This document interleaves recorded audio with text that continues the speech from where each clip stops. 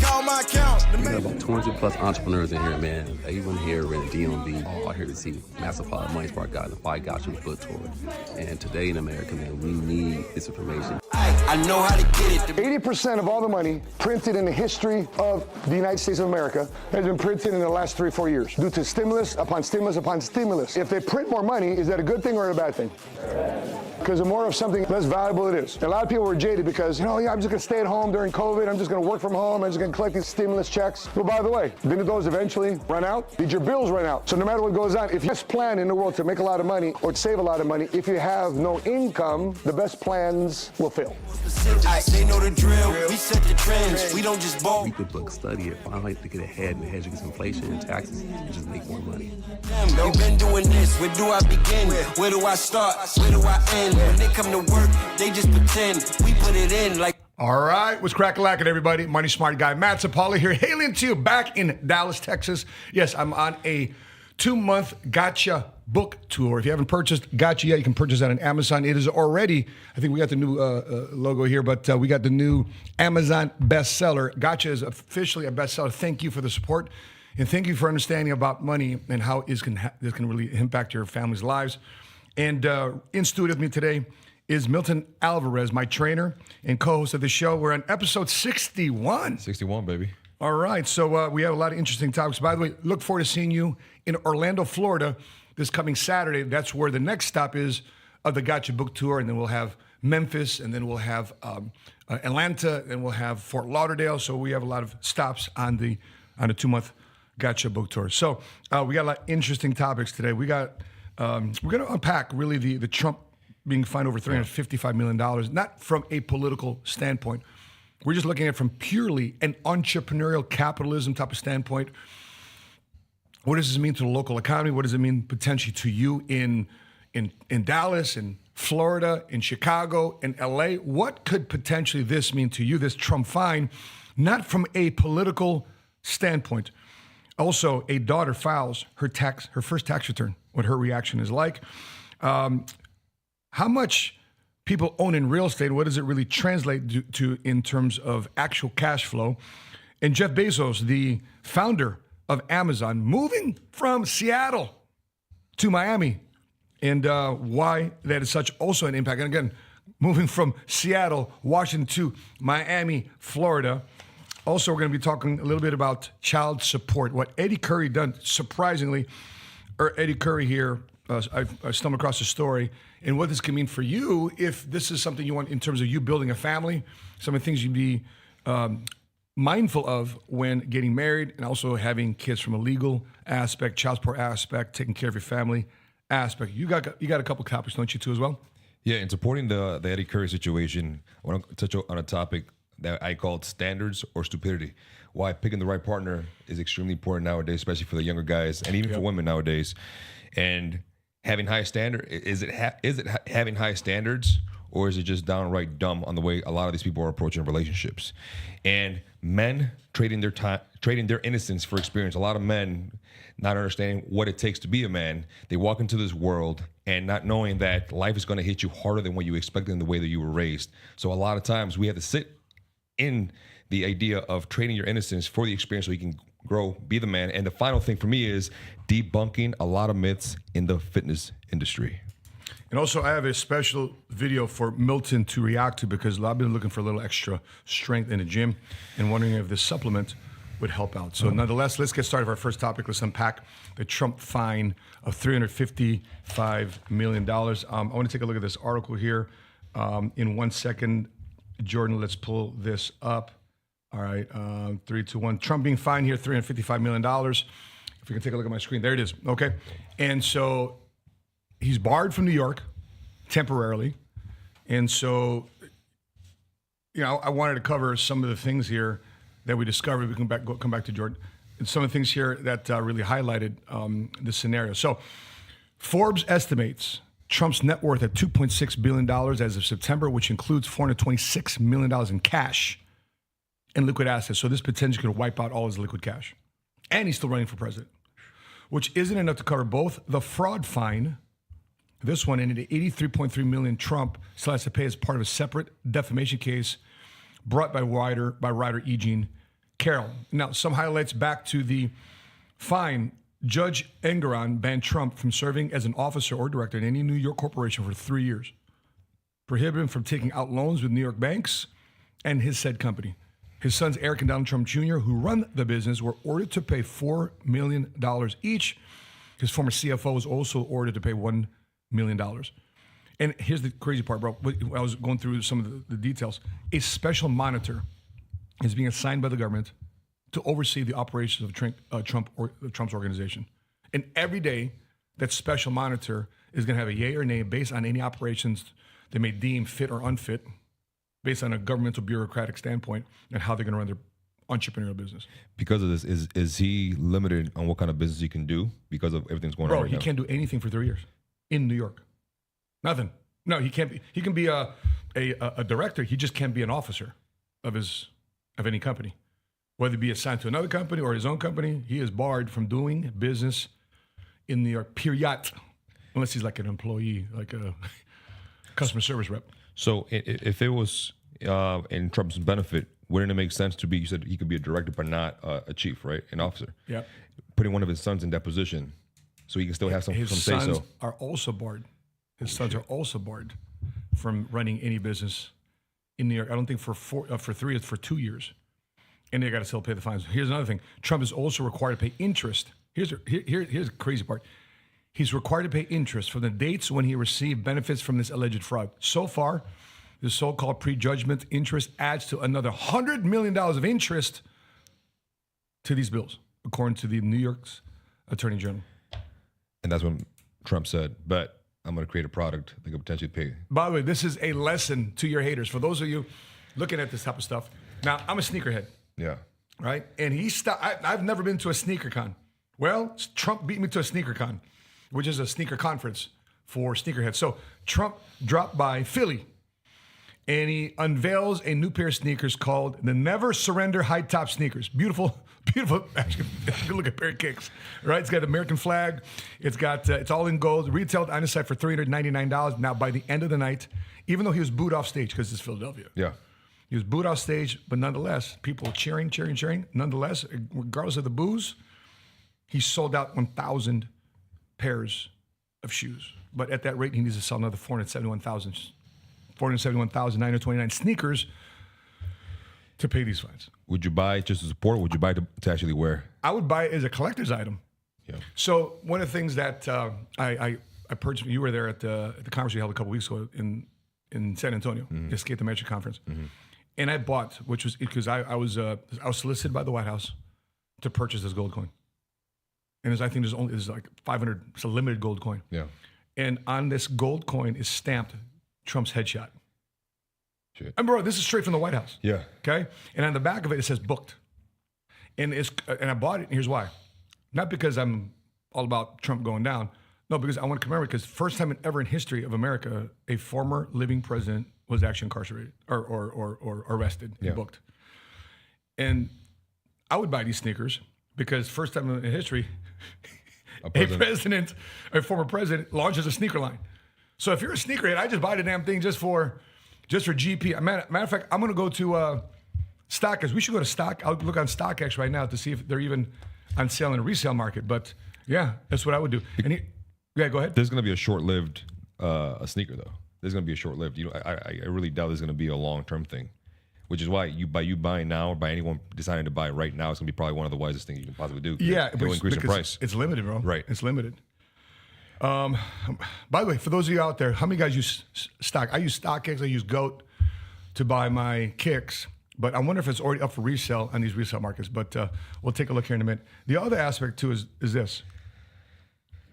Later that week, talk about staying focused, okay? Now, remember, this is not a Republican or Democrat opinion, because I've been through some riffraff, too, as well. Milton's been through some riffraff, too, as well. You don't get to any level of success without going through some trenches and some very dark moments. So Trump's right now in a very dark moment.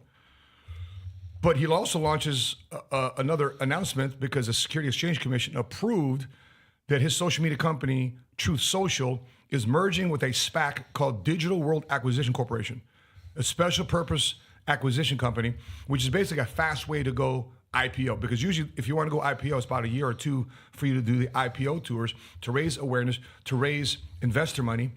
So if therefore by the time the initial public offering goes on, a lot of people are buying the stock. But the SPAC is already ready to go. Now, they're also estimating that if this goes through, and this merger goes through, and Truth Social goes public, along with the Digital World Acquisition Corporation, and they go IPO, that this may benefit anywhere between $3.5 to $4.5 billion valuation. So that's how you play offense, man. Now, regardless if it's going to happen or not, or it's going to go through or not, it's another thing. But you got to keep making moves. So in the pit of your darkness, and you're not seeing the light of day in launching your business, or things are attacking you, you still got to keep the foot on the gas and get this monster that's in your rearview mirror to get smaller and smaller and smaller and smaller by you keeping the momentum going forward, even though everything may be coming your way. Quick setback. The CEO, though, caveat is that the former CEO, Patrick Orlando of Digital World Acquisition, knows a lot of heat's coming down. So like, yo, man, so I'm about to take this heat on with Trump, blah, blah, blah, blah. And if you want me to stay as a CEO of this company, you got to pay me a little bit more money. So now they're fighting a little bit more money. Right for him, what a great negotiation tool for him to be able to say that, because this is going to be an unordinary thing for him to take on, being now Trump's business partner. If you were in Trump's shoes, what would be your next move? This would be it. Because when my back was against the wall, when I had my cases in child support, remember last week I had my daughter here. Yeah. I was going through family court with her mom, and anytime you go through any moment of tightness, of doubt, of fear, you got to play loose. You got to get back to the love of what you're doing and know what you're doing it for. And what's the saying? When you're going through hell, don't stop and take pictures. Yeah. Well, actually, I do, because I want to keep those as receipts. So therefore, when I reach the other side of this daggone abyss, I can say I conquered this mountain. And so that's what I would do. Just keep going forward, because success is your greatest revenge. Not just success, massive success is your greatest revenge. By the way, for those of you watching this right now, how many guys have ever been through a tough moment in your life and you realize, man, I can either feed into my fears or I can feed into my faith? And what did you choose? And so please let us know what you guys think about this, and let us know. What'd you find? I sent you the link to eBay. Look how much it's selling it for. Oh, it's already on resale? Yeah, I found one because the more pages kept clicking on, they were all sold out. This is the only one I found. Damn. Okay, now this is capitalism. That's amazing. This is capitalism. So Milton just found it on a resale market, not in StockX, not on Go, but on eBay. Check this out. Jordan, can we take a look at my screen? Now it's on sale. Listen, he sold it for $399. Now it's on sale for $16,947. He just created an opportunity for other people. A size 9.5. He just created 1,000 opportunities for other people to flip his shoe. Yeah. So, by the way, if people didn't think the shoe was valuable, why do you think people are trying to sell it for $16,000? Let's go buy it now. I mean, look at the shoe. Would you buy the shoe? It's a collector's item. I love it. I'm kind of upset that I didn't buy when I first saw it come out, man. Well, bro, I'm really upset. You had to be at SneakerCon, man. It's like a lot of us done that. I mean, I'm in the sneaker world, but yeah. I didn't know, man. But look at this. Look at this shoe, man. It looks gorgeous, bro. They had a silver one and a gold one, correct? Yeah. This is very patriotic. So in other words, no Trump hat, no red hat, no MAGA hat. This is the new MAGA hat. What would be the most you pay for the shoe right now? The most? Seeing what he sold it for versus what they're offering on the bidding on eBay for. I mean, who knows, man? I mean, the most I would pay for this at the moment. This is a set of sneakers, $16,000, patented leather. I don't know, man. It's a collector's item. This is probably the most you'll ever get for it. I think. I don't know. I could be wrong. Yeah. By the way, for those of you sneakerheads out there, because for example, I bought those Kobe's. That's right. And sadly, when it passed away, I bought the green Grinches. Yes. I bought this for $500-600. Bro, I've worn it. You've seen me wear it. I've interviewed Deion Sanders with those shoes. Yeah. I could literally list those on eBay right now. I can list those on StockX right now, even though they've been worn. But since they're not making any more Grinches, I can sell them today for $2,000-3,000. I bought it for $500. I can sell it for $2,000-3,000. Yeah. Right? Same thing could be said here. By the way, for those of you sneakerheads, what's the term? Do you rock them or you stock them? Never. I never stock shoes, but I might buy this and stock it. Who knows, brother? This might be a good buy. This might be good to buy this at 16,000. He becomes president. He does what he does. It could be 30,000. It could be 40,000. It could be 50,000. Who knows? You hold it on for 30, 40, 50 years. The only president to go through he's going through, and potentially if he becomes the next president. If he doesn't become the next president, this ain't worth nothing. And for those of you watching, thinking that you're gonna get another pair at $399, I think you missed the wave. Yeah, you missed the wave. Unless he launches another pair. Exactly. So unless it was really him and his friends buying 1,000 pairs, and then they're all flipping it. Yeah. They're all flipping for $16,000. Who knows? But let's go to the next topic here. A daughter files her first tax return. So let's take a look at this clip. Volume? Yeah, you only have to pay back $421. Mom, I work a part-time and I'm a full-time high school student. I'm just a girl. You're just a girl? I'm literally just a girl. But when you get paid, you're not a girl to get your nails done. Now you pay the IRS. Yes, I am just a girl. Mia, but Mia, make an arrangement. Make 4 payments of $100. I can't do that. Welcome to adulting. Then I can't get my nails done. Welcome to being an adult. My birthday's coming up. Can we get the volume higher? Are you recording me? Because you think this is funny. I'm going to send this to the IRS. Okay. Mommy, it's only $421. So they're not going to give me my $9? Yeah, they're gonna give you the $9 for the federal. You take the $9, and your next payment you make it $9 less. Welcome to tax life. What do you think, New York? Based on their accent? True. Boricua. That's a Latino mom. Yeah. That's a Titi. Definitely not a California person. I feel like they're more New York, Boston, Chicago. That's East Coast. Yeah. East Coast Ashley, Yeah, right? yeah. And she's clowning her daughter. Yeah. Right. You were raised by a Latino mom. Your mom gives you a hard time. What'd you feel about that? Their reaction to the mom and the daughter. If we had smartphones back then, damn, I sound really old saying that. If we had smartphones back then, it wouldn't be my mom, it'd be my father doing it. Yeah. Because the first check I ever got was from Joel Osco. It was like a $230 check, and I was like, "Fuck yeah, let's go!" And then a year later goes by, and I had to do my first official, my tax for the very first time. And I mean, it wasn't much, but the amount that got taken away to me was a massive amount, being at the age that I was. So I think that's one of the biggest things for a lot of the young guys that come to me and ask me, "Hey, dude, so what do you think I should do here, here, here, and here, and how do I go about taxes?" Yeah.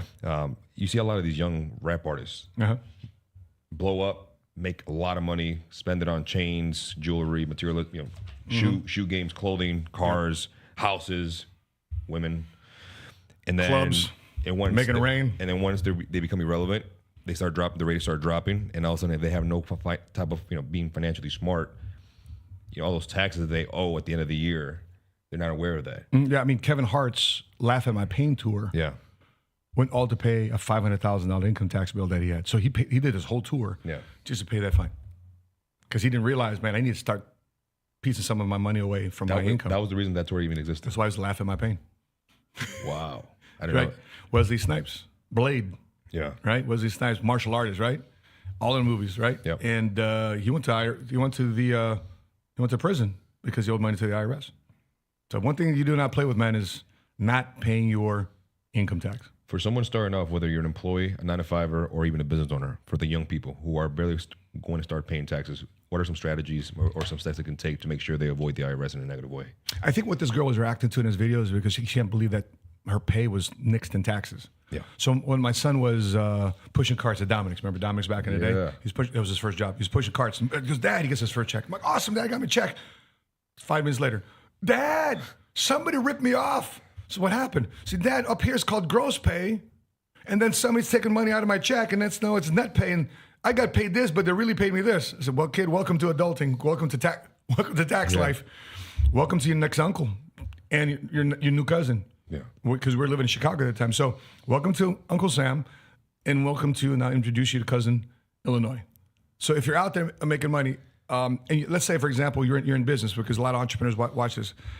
And sometimes a lot of new entrepreneurs, a lot of budding entrepreneurs get caught up with not filing their income taxes properly with the IRS. And now what the IRS is doing is they're telling Venmo, they're telling PayPal, they're telling Cash App. They said, "Listen, if anybody gets paid more than $600 on a deposit, we want that reported to the IRS."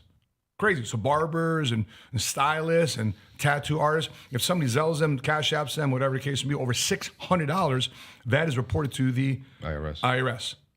So when you're looking at these type of things, number one, if you are in business, number one, the first thing you got to do is incorporate. S Corp, LLC, ask your tax advisor, ask your tax accountant. Second thing, have separate bank accounts. Personal bank account, business bank account, checking accounts. Third thing, separate credit cards. Here's my wallet. Remember we were traveling, brother? Yeah. We were traveling. So here's my wallet. Here's a different plastic I have. So I have separate credit cards for all my expenses. So personal account, we're both upside down.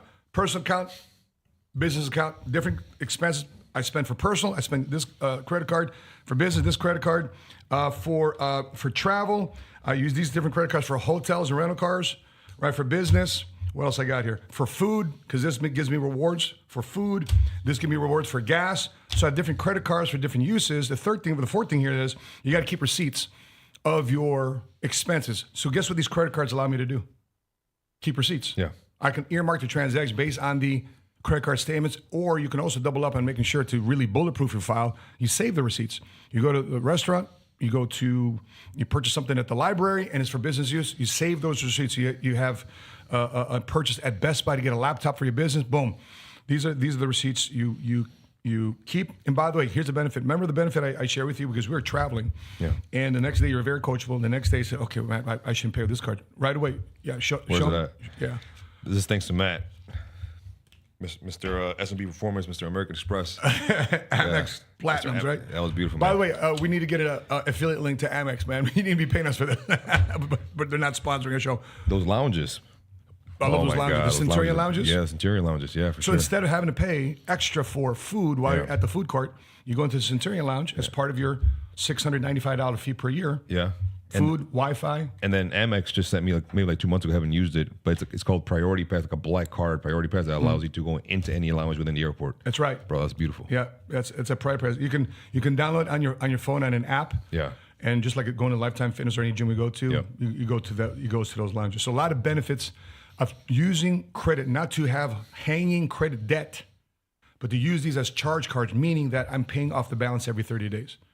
So that's where a lot of people might get tripped up, though. That's a danger. People getting tripped up, spending credit and not paying it back in 30-day period. I pay off my credit cards in 30 days. That's why when you apply for your credit card right away, you got to prove why, because you maintain a high credit score. Yeah. So there's one thing that's important is cash. I would say, matter of fact, the most important thing in my opinion is cash flow. Second thing is cash, and third thing is credit. Those three things should be the priority in making sure you protect your income.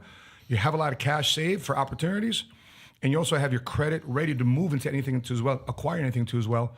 So therefore, you can be on the up and up when opportunities come your way. You got the cash of credit and the cash flow to walk into that door. Let me skip the next one in terms of real estate. Let's talk about. Actually, you want to talk about that in terms of real estate? I'm sure we have time. So let's talk Bezos, because I know you want to talk about your my first year in business. Yeah, you want to break that down. Okay, let's talk about Bezos moving to Miami. Yeah, and then we'll break it down. So Bezos, Jeff Bezos, is that an article, brother? That's an article, right? That was an article. Okay, yes. so let's go to this. Let's go to this article here. So Jeff Bezos, the CEO founder of Amazon, is moving to Miami. Can we take a look at my screen? Yes, thank you. Why? Because he's about to save $600 million in taxes by moving to Miami, bro. Everybody's moving to Miami. It's crazy. Pandemonium is happening. Man, we were just there a couple weeks ago during the Super Bowl. We had a Super Bowl party with Patrick and David, our friends and partners at PHP Agency. We had a virtual conference, and everybody in the Mama Man is moving to Miami. And by the way, guys, we flew into Fort Lauderdale. If you are anywhere in a rush, do not drive in Fort Lauderdale. Nobody's in a rush in Fort Lauderdale.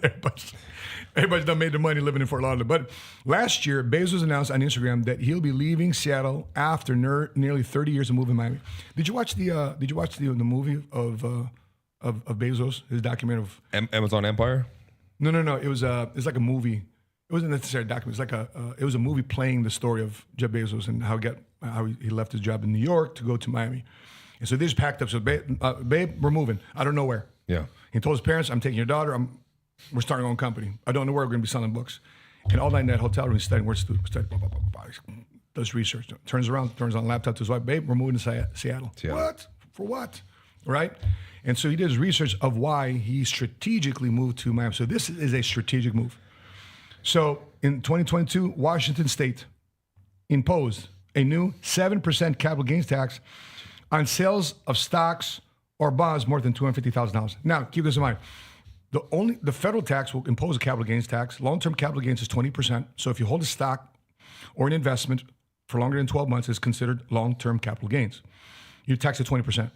But guess what Seattle's doing now, or Washington? In addition to Uncle Sam taxing you, we want to tax you too as well. Another 7%. How do millionaires and billionaires make their money? It's not through current income. No. It's through capital gains, selling a stock. This is how they make their money. So by moving to Miami, because he's still trading stocks, he's still in the game, right? He's going to save not having to pay the 7% capital gains tax. So Washington State, congratulations. You lost a great citizen. You didn't take care of your best citizen out there, man. That's creating jobs, and making things happen. That's created basically another economy. So congratulations, politicians, for making stupid policies that instead of you helping out your citizens, you lost one of your best citizens. And so, listen, Patrick Bet-David always said, in building a sales organization, building a company, he says, take care of your best people or somebody else will. Third one here, Jeff Bezos plans to unload 50 million shares of Amazon before January 31, 2025. Posting those sales in Florida will save him $610 million. So have you ever dealt with a situation like this in terms of paying tax? What's been your experience? Well, I actually have it on screen where I did the math where if I would have came to Texas my first year in business, and I think that's the second one. If I came to Texas, if I came to Texas my first year in business, which is 2021, it was $250,000 earning, and after federal taxes, the FICA, the state, local, total income, all that, I would have walked away with 182. So is this one right here? That's that's Texas. If I would have been in Dallas, Texas, if I would have been in Texas in general, that would have been my outcome right there. And the beautiful thing about that is the state taxes. Now that's Illinois. That's where I was in 2020, 2021, and I had to pay, what was that? 4.9. Yeah, 4.9 is how you read it.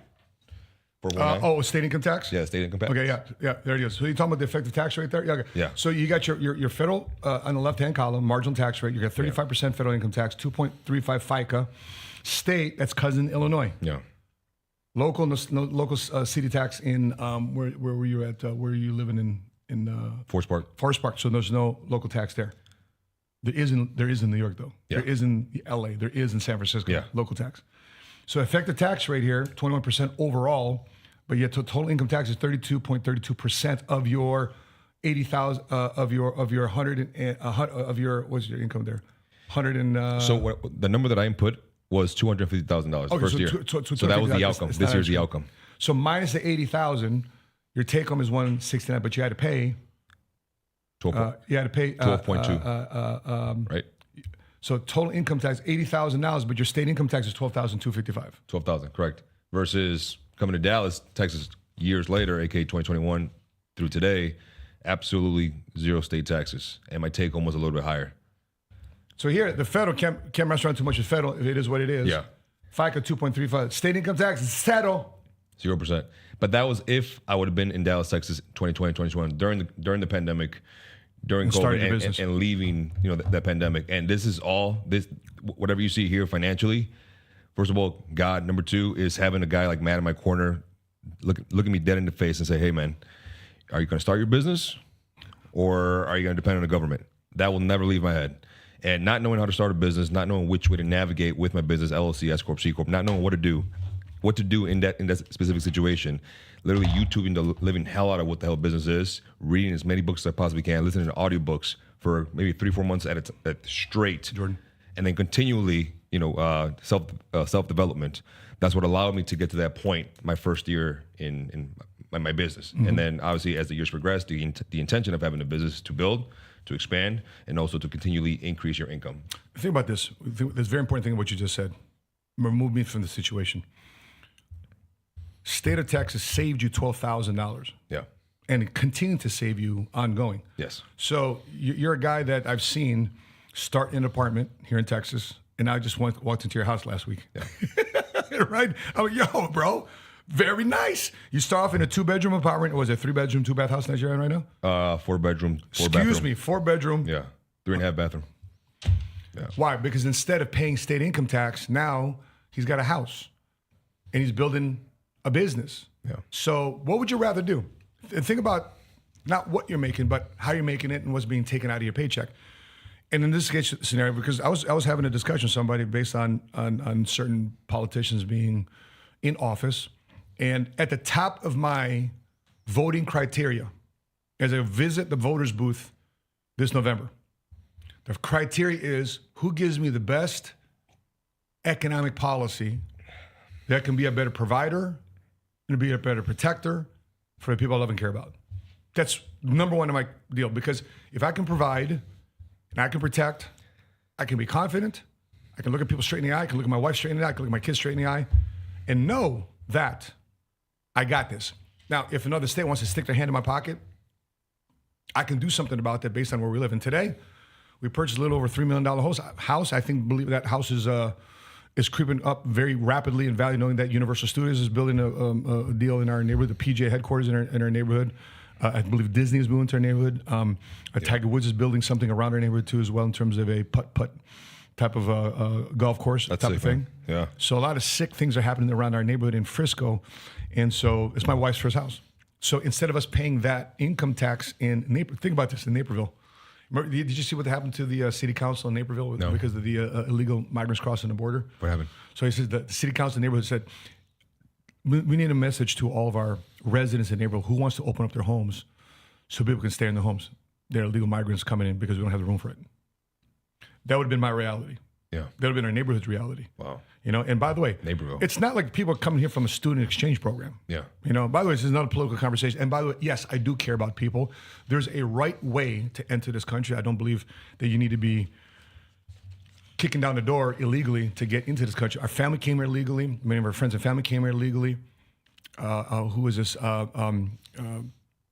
Who's Rain, who was Cambodian, waited for 2 to 3 years to come into the country legally.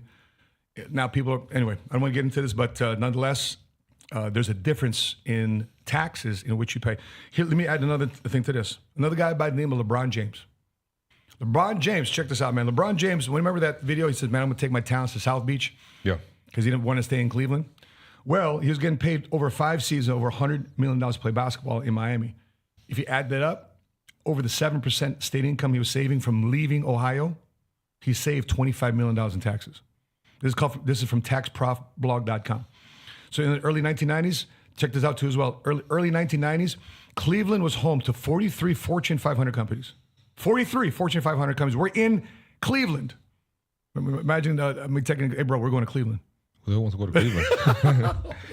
Was that Joking Noah? By the way, yeah, right? But over 43 Fortune 500 companies were in Cleveland in the early 1990s. 20 years later, they're down to 24. Why? Because the governor there says, you know what, we need to tax people more. So what happened? Guess what happened? This is what Bezos happened. Another Bezos situation, $6 billion of tax money left Ohio. Over 97,000 people, taxpayers, also left Cleveland. So remember, at the top of my priorities is economic policy. What city, what state do I have the economic opportunity to make a lot of money, keep a lot of my money, pay my fair share of tax, not over it, but pay my fair share of taxes. I believe in better roads. I believe in better schools. I believe in better hospitals. I believe in better airports. But I don't believe in overpaying my fair share in taxes. I believe in 911. I believe in police force. I believe in firefighters, but not overpaying it. And so when you create an environment where people can win, listen, tax law is nothing but more than just a compensation package. So therefore you can get it. Like, for example, yourself. Yeah. Now you're expanding your business. You got a couple of people that moved into Dallas because of you. Yeah. So you're growing your business. Little by little. So Milton is scaling. He's growing his assets because instead of paying out money in terms of income taxes, now he's putting it into his pocket. And guess what his greatest investment is? It's not a stock. It's not a piece of real estate. It's not a bond. It's not life insurance. It's him. And because of that, he's in control of his income. So we want to go over one of your topics? Let's start with Eddie Curry, so we can dwindle into mine. Let's look at this. Okay, let me set this up. So Eddie Curry, basketball player, drafted as right out of high school from the Chicago Bulls, ends up getting traded to New York Knicks, ends up marrying his girl that he's known since the 3rd grade. Yeah. So you think you know a person, right? Sadly, they get divorced. They have a couple kids. They get divorced. And he's doing his manly, fatherly duties. Let's take a look at this video. I'm getting served with papers for back child support because I never went in and modified my child support from $16,000, and I had been giving her money the whole time. I would just give her cash. I would send it to her account, but I wasn't paying it through the state. Like whenever, so they basically went in and said, all right, well, you didn't pay the state of Illinois, so basically you didn't give her nothing.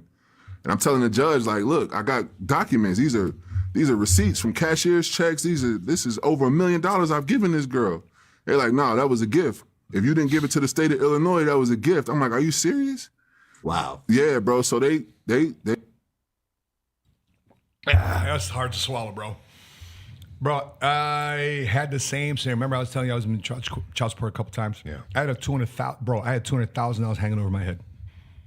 I had the state of Illinois suspend my driver's license. I had to go back into court and prove with the receipts and the payments I made directly to the state, and over the $200,000 I've helped the other party earn. And make a long story short, they finally took it off my plate. But I do all that bullshit to prove. And here's you know what the irony is? Guess who the residential parent was? You. Me. Yeah.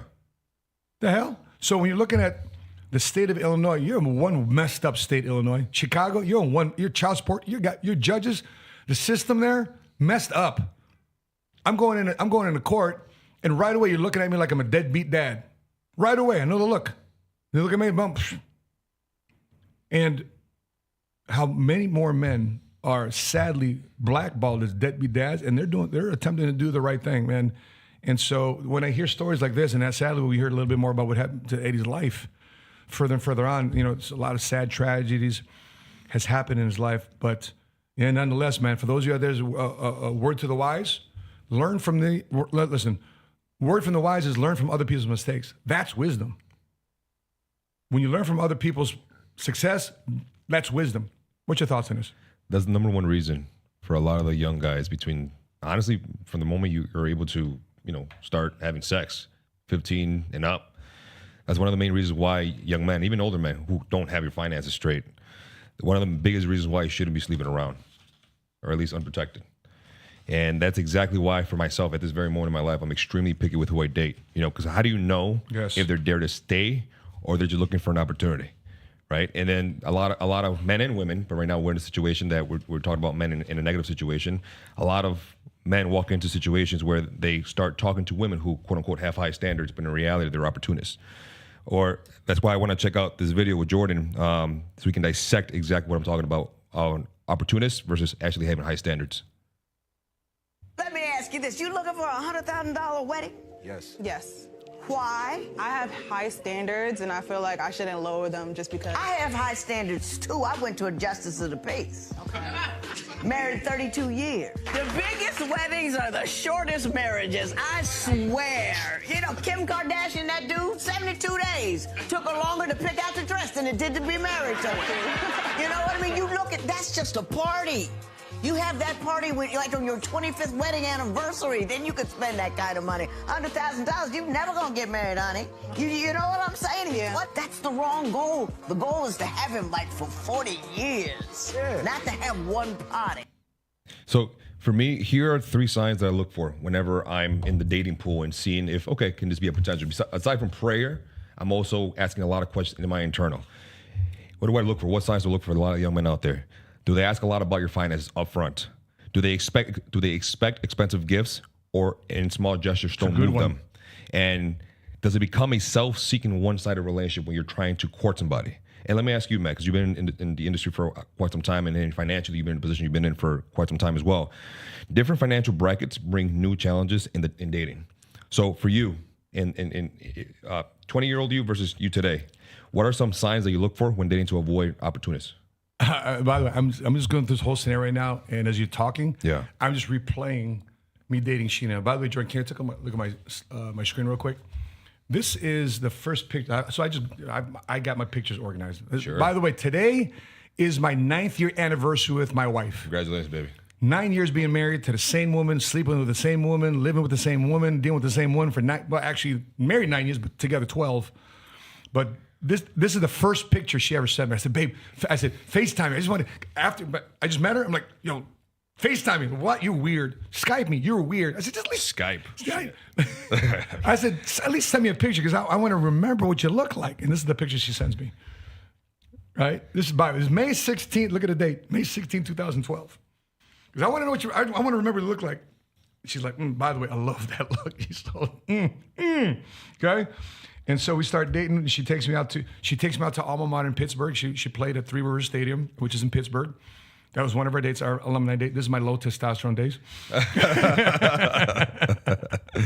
But we start doing life together. And one of the first things I love doing, man, we went to church. It's one of the pictures we went to church. So the standard, brother, wasn't financial. The standard was faith.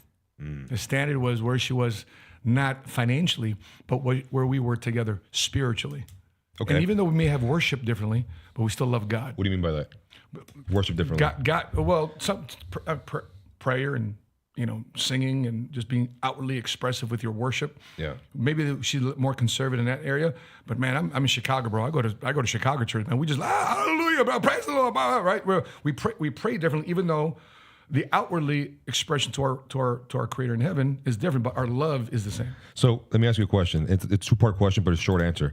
Number one, how do you decipher between? Because a lot of people say when you're a Christian or you're a religious person, when you are about to step into a relationship, they always say you must be equally yoked. Correct. So in your position, as you said, we worship different. We approach the idea of God differently. Yeah. How did you decipher if you guys were equally yoked or not? You could easily look at this slide. Or excuse me, my camera. My first date. My first date. You see Rudy in the back? Yeah. That was the brother that brought me to Christ, reading the Bible at men's breakfast, 8 o'clock in the morning at Old Country Buffet. So instead of me trying to discern with my own eyes, because to me I'm biased. Sure. Because this girl is freaking hot. I'm really vibing her. I'm really checking her. But I need to have this Rudy and his wife Rosie is there too as well. So I went in a group date of people I went to church with for them to get a read on her. That's how I discerned. Okay. That's our first date. March 28th, 2013.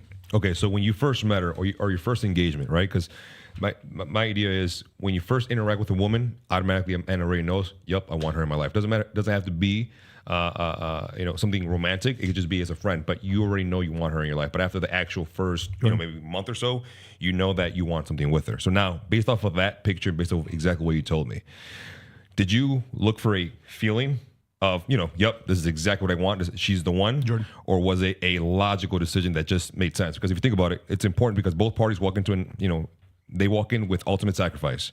But I would argue that a lot of men are called for a higher sacrifice. So with that being said, was it a feeling for you or was it a logical decision, like long term, this makes sense? Okay, for me, being in the financial services world, I felt a lot of confidence with her that she was making her own bread. She was making 6 figures selling hospital beds for Stryker Medical, that she didn't need me. She wanted me in her life, but didn't need me. What if she wasn't making bread? I'd have a check. I have a check in the spirit. Yeah. I would have a check.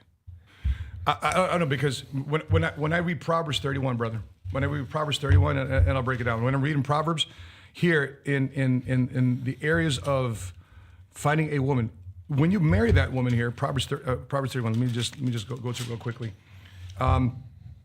She makes in Proverbs here in 21, verse 21. Proverbs 31, verse 21. She is not afraid of snow for her household, for all of her household is clothed with scarlet. She makes tapestry for herself. Her clothing is fine with linen and purple. Her husband is known in the gates when he sits amongst the elders of the land. She makes linen garments and sells them and supplies sashes for the merchants. Strength and honor are her clothing. She shall rejoice in time to come. She opens her mouth with wisdom, and on her tongue is a law of kindness. She watches over her household. So all these different things, I start analyzing Sheena through this lens. Was she waiting for me to do things? Was she taking initiative? Was she waiting for me to? By the way, when we went to Vegas for the very first time, guess who paid for her ticket? She did. So I like that independence about her. Sure. But I also like the dependence with me in terms of coming together. Because the way I look at my wife, she is but at the end of the day, when it comes to this household, if I go back to Genesis, a woman has to honor her husband's place as the leader of the home, spiritually, economically, entrepreneurially. He's the leader of the home if they are married together. And you just said something right there on a lot of women aren't going to like this. But as I was stating before, when both parties walk in, there is an ultimate sacrifice from both ends, having to die to self so you can serve one another. But I would argue, and this is a strong argument, I would argue that men are called for a higher sacrifice since they're leading from the front. They're leading from the front and protecting their loved ones. And at times, men will trade their innocence for experience. So, Jordan, if you can watch this video, and then I'll pull up the next information. You're rolling with this topic. Come on, baby. Every time a man steps out his front door, he takes damage. It's part of being a man. You have to go out into the world. You trade your innocence for experience. 1 Corinthians 11:13. And you have to. There's no value as a man being innocent. You have to be experienced. And the reason why that's so important is not for the man, it's so that he can protect the innocence of those who are on his watch. So often what men do goes unrecognized, unappreciated, and is even criticized and attacked. And yet so many men still show up every day. They keep the world turning. They take care of their families. They stand their watch. I just think that because there's such a lack of appreciation and gratitude for that, that it's soul killing for a lot of men. A lot of men go through life doing exactly what they should be doing, fighting the good fight, wrestling with their demons, wrestling with their insecurities, all the while trying to take care of the people they're responsible for, step up and be a good person, and they just keep getting kicked in the teeth for it. That's why I think people say men die at 30 and they're buried at 80. And okay, so and it almost seems that men have a lot to lose, but when you're aligned to the reasons for your existence, you'll understand men were created to be frontline leaders, and it's even biblical, man. I have it here in 1 Corinthians 11:13, but I want to be able to break this down into 3 easy parts so you guys can understand it. And I'm not trying to say that there's any type of superiority over women, but I want you to understand that the head of every man is Christ. The head of a wife is her husband, and the head of Christ is God. And let me break this down so that way nobody gets offended on this show today. The head of every man is Christ, which states what? This part of the verse establishes a hierarchy relationship between Christ and every Christian man, indicating that Christ is the leader or authority over man. Second part, which a lot of women won't agree with, but hear me out. The head of a wife is her husband. Similarly, this phrase suggests a hierarchy within the context of marriage where the husband holds a leadership position over his wife. Now, it is important to note that this does not imply superiority or inequality in worth, but rather a specific order within their specific relationship. And then at the end, the head of Christ is God. This section underscores the concept of the Trinity and the relationship within it, showing that even within the divine nature, there is an order or structure, per se, where God the Father has authority over Christ in terms of Christ's role as the Son and his earthly ministry, right? So a lot of men now ask, or a lot of women want to know, how do I know if my husband's a leader? How do I know if this man's a leader? How do I know that this man's core to me? How do I know he's a leader? I came up with 10, but I'm gonna list 3. And I want you to leave the 3 on the comment section. Yeah. So by the way, if you guys want to find the other 7, go to the comment section here or go to our YouTube channel with 7 Figure Squad and go to the description or in the comment section, which he will leave the other 7. 100%. So by adopting these characteristics, these traits and actions, a man can literally strive to be a leader that's aligned with the teachings of Christ. Number 1 is servant leadership. Jesus taught and exemplified servant leadership, which means leading by serving others selflessly. A leader should put the needs of others first, helping to uplift and empower those around him. Mark 10:45. Number 2, wisdom and discernment. A leader should seek God's wisdom and discernment through prayer, study of scripture, and counsel from other wise individuals. This helps in navigating complex situations and making decisions that align with God's will. And the next one, final one for me, vision and direction. A good leader provides clear vision and direction, guiding and inspiring others towards a common goal or purpose, most of the time in your marriage, while aligning actions with God's plan, which is Proverbs 29:18. So with that being said, how can a young man or a man who's still not yet in a relationship or scared to jump into a relationship can decipher the woman that God has for him and being able to, pick out who is God trying to pull you towards? Do you suggest even dating? Do you suggest withholding and just sticking to yourself until God literally put someone in your face and said, this is the one? And how can a man step into a role even prior to a relationship of leadership, so that way when he comes to woman, he can already be in that position mentally and physically? without having to repair while they're in the relationship. Here's what I'll say: if you're looking for somebody, you're already off on the wrong foot. Mm-hmm. Yeah, and by the way, back to this, my reaction to this video, that men get kicked in the teeth because they get no recognition, because you're looking for recognition from the wrong source. You shouldn't be looking for recognition from your fellow man or woman. You should be looking for recognition. If you are faith-based and faith-led leader, you should be looking for recognition from God. So we're looking at here Genesis 2, verse 15. This is the creation of earth. It says here, then the Lord God took the man and put him in the garden to tend and keep it. And the Lord God commanded the man, saying, of every tree in the garden you may freely eat, but not the tree and knowledge of good and evil you shall not eat, for in a day you shall eat, and then you should surely die. And in addition to him creating man, guess what he was doing? He was telling man, you name all the animals, name the birds, name everything in the sea. He'd put him to work. Yeah. And then he said, okay, in verse 18, he says, and the Lord God said, it is not good that man should be alone. I will make him a helper comparable to him, not in charge of him, comparable to him. So out of the ground, the Lord God formed every beast of the field and every bird of the air and brought them to Adam to see what he can call them. And where Adam called each living creature, that was its name. And then if I fast forward to 21 here, and the Lord God caused a deep sleep to fall on Adam, and he slept. And then that's where he took the rib out of his body and created woman. So Adam was working. You got to be working. You got to be diligent in your work. You got to be a provider. So therefore, you can be a protector. That's a man. By the way, I'm just not my subjective opinion. I'm just reading. Of course, you may disagree with me, but I'm just reading here straight from Genesis chapter 2, verse 15. Why do I follow this? Why do I follow the Bible? Because this is a living word. This, to me, is a life manual, how to make better decisions in my life when it comes to these type of things. Sheena came across me. And so to answer your question, more specifically, how do you know? There's that check in the spirit. When I fell in love with her, and I think you know because you're willing to, for that one woman, you're willing to say no to every other option or door of opportunity. And you're willing to say, you know what? This girl is mine. I think that's how I knew. I knew in the first week, didn't want to tell her though, that Sheena's my girl. And brother, I've been sleeping with the same one for the last 12 years, married to the last game, gave up the game, retired from the game, and been making love to my wife for the last 9 years. And I can tell you, man, it's like, I'm not missing the other opportunities. Let me ask you this from a hypothetical standpoint. And this is my belief, and if I'm wrong, I'm wrong. If I'm right, I'm right.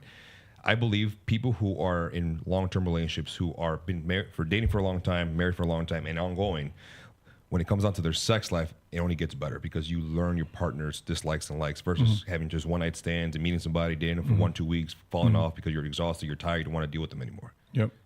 Yeah, I mean, sometimes how many times you can't stand yourself? Let alone somebody else. Yeah. So, the beauty of running your business is that business doesn't give you exactly what you want, right? Yeah. What do? You tend to it, you build it, you adapt, you change. Same thing too with your marriage. You got to do the same. So, now with that being said, I've been looking for a lot of folks here. By the way, what do you think? Put it in the comment section below. If you've been watching this, what is the right way for you to find and understand this is the type of woman I need to partner with and marry for the rest of my life? What is man's position as in a household? What do you think? Let me know, because sometimes people have different thoughts and ideas, and we want the audience to win here because we want to encourage and invite other opinions. They may not follow the Bible. They may not follow what we're talking about, and we invite that conversation too as well. We're willing to have a debate. And if you want us to really understand what you're going to put in the super chat, and we'll be able to see that super chat in the next episode, we'll be able to answer your questions. So that being said, All right, I'm nervous. I'm wondering whether or not to do this video or not. Do it. Fuck. Okay. Do it. All right. So comes time. By the way, just want to manage expectations here. This is all in fun. We're just having a good time here. We're just a bunch of guys here, just chopping it up here at the Seven Figure Squad podcast because we're dudes. Don't take it so damn seriously, but this is I'll be looking for extra gym strength, man, because I want to get back. I hurt my shoulder. I want to get back to benching 315 again, but I think I'm getting there because you got me on dumbbells. Yeah, you're doing great. I've been doing 130, 130s, 135s. 130s. So if I do 130s 4 or 5 times, does that mean I have the barbell strength of doing close to 315 again? Damn near. Okay. I like dumbbells more. For people watching, if I were to say choose between barbell or dumbbell, definitely go dumbbell. It's safer for your shoulder girdle. So the last video here, David Goggins was dropping some wisdom. By the way, just heads up, guys, this is a parody. Okay, don't take me so damn seriously.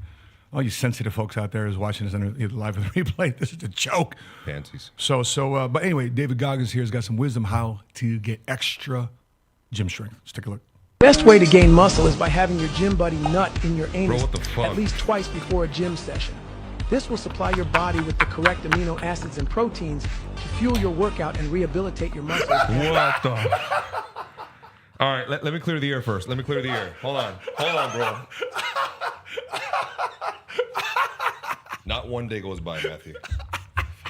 Fuck, man. All right, hold on, folks. Hold on. Let me get my shit together. Hold on. All jokes, baby. No, man. Oh, no, dude, that's the hold jarhead in me, man. Hold on, bro. Motherfucker said nut in someone's asshole. All right, hold on. By the way, it's never gonna happen. Hold on. It's gonna happen, but it's gonna always have a good laugh.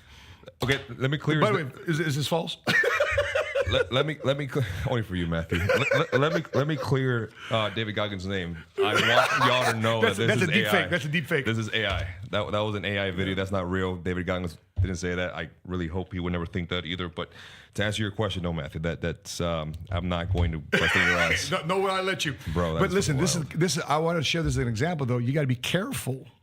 Even with us, you got to be careful the advice you take, because somebody can take your voice and use it as a voiceover, thinking that it's the real deal. So that really is a lesson. It's a joke, but it's a real lesson out there.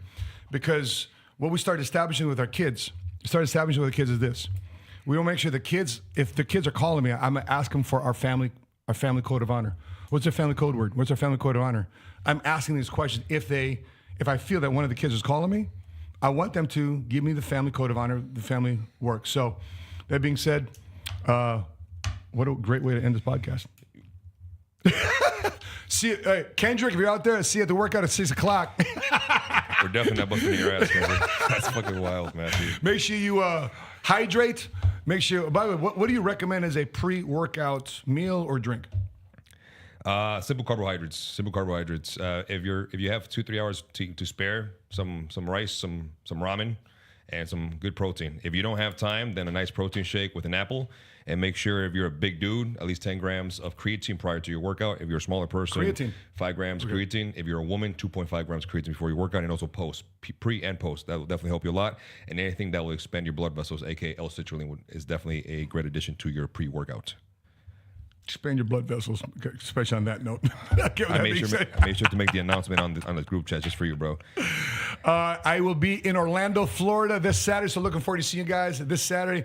Have your book ready. I'll be ready to sign over there. If you haven't done so already, go to Amazon, order it, because it takes a day or two to get your books. I'll be there this Saturday. Looking forward to seeing y'all in Orlando, Florida, hosted by John Mason's Limitless team out there in Altamont Springs. Looking forward to seeing you guys. And I can't wait to share with you my 5 Gotcha Money workshop. I have every bit of specialization in terms of the cities and state I go to, because there's some areas of that local demographic and geography that you need to make sure you're aware of as it relates to your money and financing, your retirement, and also of home ownership. So nonetheless, I also want to give a quick shout out to Eloy Benavides, the outgoing president of the National Association of Hispanic Real Estate Professionals right here in Dallas.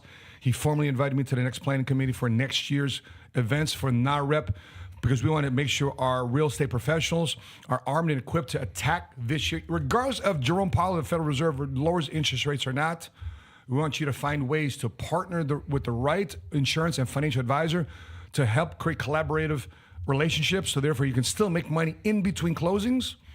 You can help your homeowners who purchase homes to pay off their homes sooner and faster. You can make sure that if life happens, what if happens, that they make sure they keep one of the greatest purchases they've ever made in their life, which is their house, to keep it in the family, to keep it retained regardless of recession or change in health. We want to make sure you create more value to your clients and homeowners instead of just being a loan officer or a real estate agent. So I'm excited about the year ahead in 2024. We already have some record-breaking months already in the first 6 weeks of this year. We want you to have the same too as well. That being said, on behalf of my co-host here, Milton Alvarez, who's still reeling from this reaction video, nonetheless, it was all good and fun. And that being said, guys, drop your like, drop your comments. You agree with us, you don't agree with us, make sure you subscribe to our channel here, 7 Figure Squad. So with that being said, if you watched the last portion of this episode, put here extra gym strength. if you watch to the end of this podcast, the final minute of it, put extra gym strength, and we're going to award you a free book from our podcast studio to your home. Gotcha book, but put it in the back. We'll pick a random winner. Extra gym strength, and you'll know why. That being said, God bless you guys. Until we meet again, continue to live smart, continue to love smart, and be money smart today. See you next week. Bye-bye.